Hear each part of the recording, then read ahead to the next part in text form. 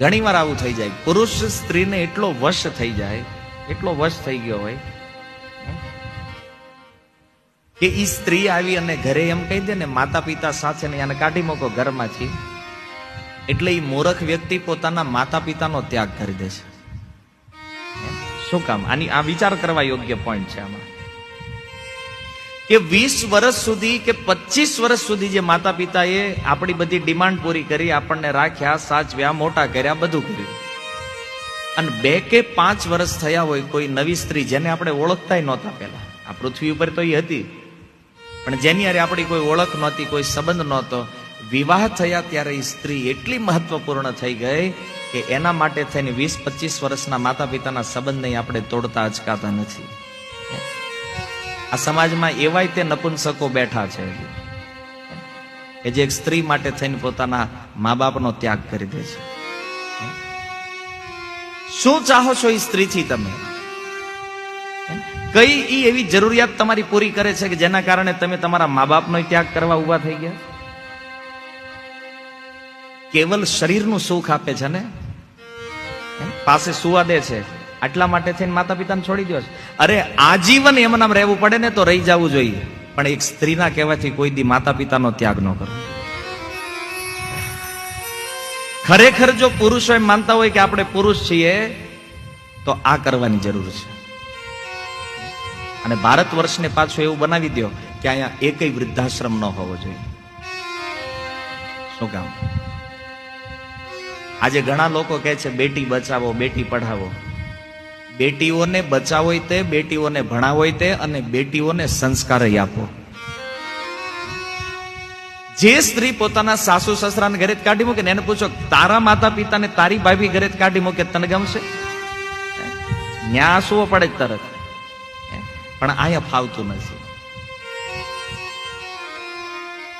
આપણા સમાજમાં બહુ ઓછું છે પણ હવે ધીરે ધીરે પ્રવેશી રહ્યું છે. અત્યારે ગુજરાતમાં સાવધાન રહેવું જરૂરી છે.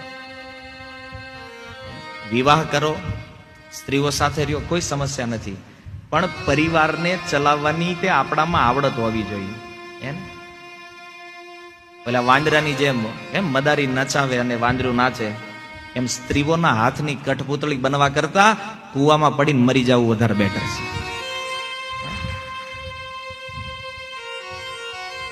પુરુષ થઈ અને એક સ્ત્રીના હાથ નીચે રહેવું. ઘણા લોકોને એવું લાગતું હશે કે નહીં સ્ત્રીઓની નિંદાઓ થઈ રહી, સ્ત્રીઓને સમાન અધિકાર. હા, અધિકાર જરૂરી છે. અધિકાર બધાના હોય, પતિના હોય, પત્નીના હોય, સાસુ સસરાના હોય, ઘરમાં જેટલા લોકો હોય ને એમાં બધાના પોતપોતાના કંઈક અધિકારો હોય. પણ ઘરના વડીલ તરીકે એક વ્યક્તિનું ઈ કર્તવ્ય છે કે બધાને પોતપોતાના અધિકારોની રક્ષા કરવા દેવી જોઈએ.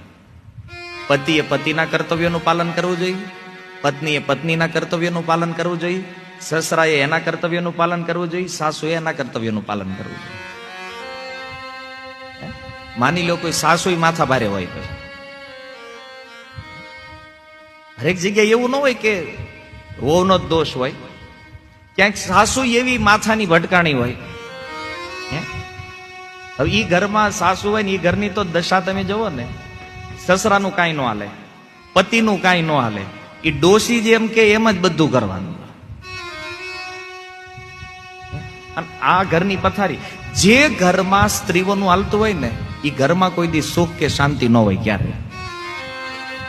અસંભવ વસ્તુ છે.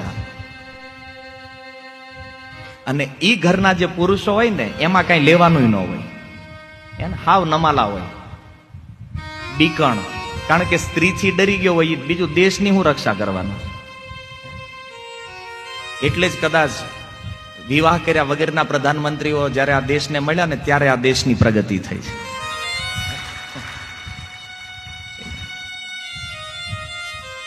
કારણ કે બાયુ કઈ હુજવા જ નથી દેતી. મહાન માણસો ક્યારેય ગૃહસ્થીમાં નથી થયા, જોજો તમે વધારે. એકલો હોય ને એને જ ખબર હોય ક્યાં પગવું, શું કરવું. કારણ કે વાહે ખેંચવા વાળું કોઈ ન હોય. અને ઓલા તો 11 વાગે ફોન આવે. અહીંયા હોય ને આશ્રમમાં તોય પૂછે ક્યાં? આઈના છું ભાઈ હરિદ્વારમાં, અહીંયા ક્યાં જાવું?